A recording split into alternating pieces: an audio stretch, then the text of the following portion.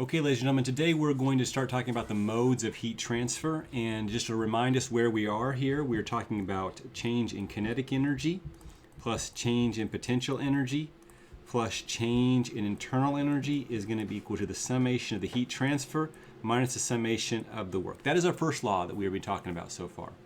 So we could write this as the change in energy is equal to the change in heat transfer, the summation of the heat transfer minus the summation of my work. This is a shorthand method of talking about it. I'm just saying all these energies, kinetic, potential, internal, they're all going to be adding up and they're just changing energy. Now, if I wanted to, I could put this into a time rate of change type of equation. I could say in rate form, I could write this as the change in energy over the change in time is equal to, this is going to give me Q dot, the rate of heat transfer, the change of heat per time, minus W dot, the change in work per time, or the power, okay? And so work, we've talked about the different kinds of work. Boundary work, shaft work, electrical work, we've talked about a lot of things like this. We've said that kinetic and potential energy are often neglected because we're dealing with an object that's not moving. Velocity or height is not changing, okay? Delta U is that property of internal energy. It's usually given to us right now. We'll look it up later in our text. But today we're going to concentrate basically on Q and heat, or Q dot, the rate of heat transfer, and talk about the modes of heat transfer. Now, I want to tell you something. This heat transfer calculation, heat transfer is a class that we could take on its own. It's a whole semester, 40 lectures on heat transfer. We're going to cover it in one.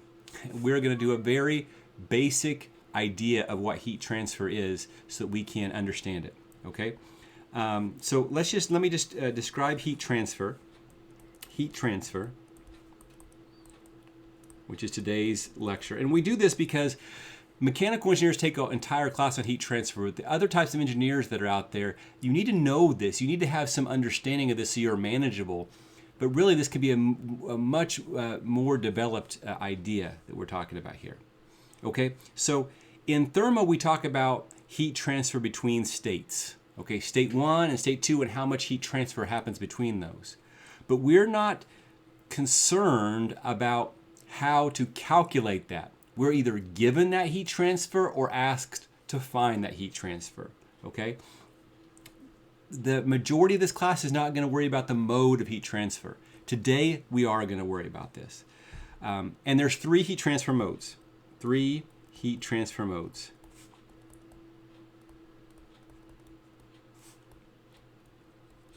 And they are conduction, convection, and radiation, and we'll talk about each of those